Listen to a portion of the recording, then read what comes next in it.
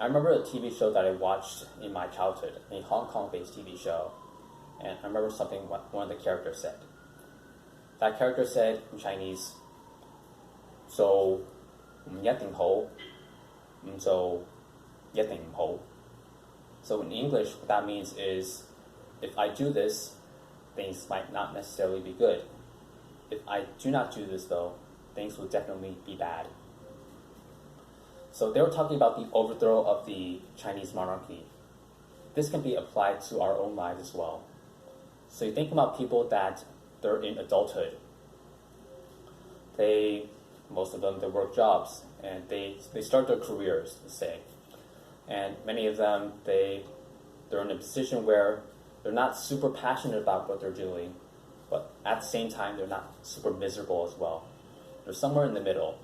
This goes for the relationships that they cultivate as well. Maybe they're with someone that they're not super happy about, but at the same time, they're not intolerable. Again, they're in the middle. Which reminds me of the bell curve. So the bell curve talks about the averages and where most people are average, they're in the middle.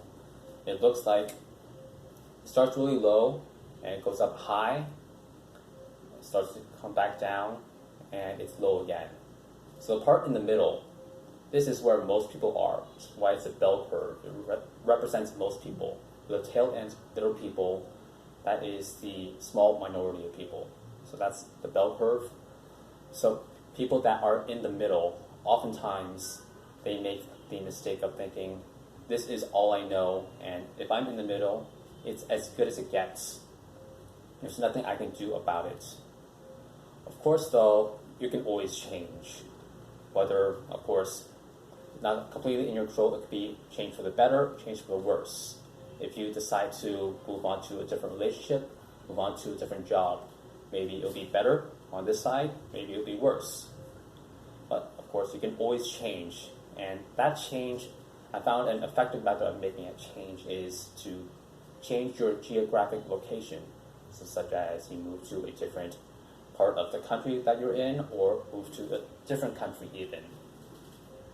So if you do that, you move to a different part of the world, you break your routines. Everything that you had neatly in place, it gets shattered. And doing that, it throws your life into chaos. And you being the owner of your own life, it's up to you to take all those pieces in chaos and put them back into place. And what you put back into place, again, maybe it'll be better, maybe it'll be worse. Some of the things that you have to put back into place, be a bit more concrete about it, is you have to find a new source of income and cultivate new relationships, or to find a new place to live, and more mundane things such as where are you going to buy your groceries regularly, etc. So it's up to you to take all those pieces that are flying around when you're somewhere completely new and put them back in order. And most people, they do not do this. They don't take the risk of shattering what they already know in the pursuit of something that could be better or could be worse. Because, of course, you're taking a risk. It could be better, it could be worse. And this is difficult. It takes a lot of work if you decide to move to a different part of the world. It takes a lot of action, it takes a lot of forethought, a lot of planning, and a lot of, again, action. And if you think about the words happiness, goals, dreams, the verb that precedes it is you chase your dreams, you pursue happiness, you reach your goals, right? So words chase, pursue, and reach, these are action words, things that you actually have to do, things that take work. So getting your goals, reaching your dreams, these things aren't going to be handed to you on a silver platter. You actually have to go out and get it, which is, again, it takes work, it takes a lot of blood, sweat, and tears. And, of course, you have to earn it, which is, I suppose, part of the reason why I left America and I'm no longer an accountant. So I was spent about 14 months there personally as an accountant, and I couldn't imagine staying there anymore. And part of the reason why I left being a English teacher in Bangkok as well. Of course, it's only been a couple weeks and still a bit too early for me to speak on that. So both instances I felt I was in the middle, and I was going to go after being on the right side of the bell curve, being somewhere that was really good in my eyes. So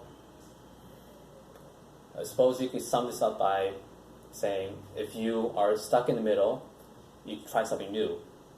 And again, it could be, if you do it, it could be better.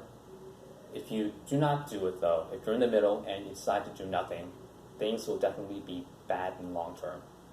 Think about a frog that is put into a bucket of water, and you turn the fire on the bottom of the bucket.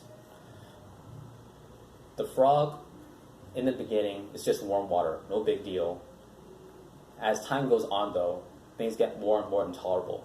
You're stuck in the middle, you're not completely happy, things can get worse and worse and worse as you see time slipping by and you're not where you want to be. So think of that frog in the lukewarm water with the fire turned on. Don't be that frog. Another way to say it is, if you're somewhere you don't like to be, smash it, you learn from it, you rebuild, and you repeat until you find something you like.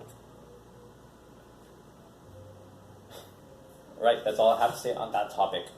Right now, I am in the Philippines.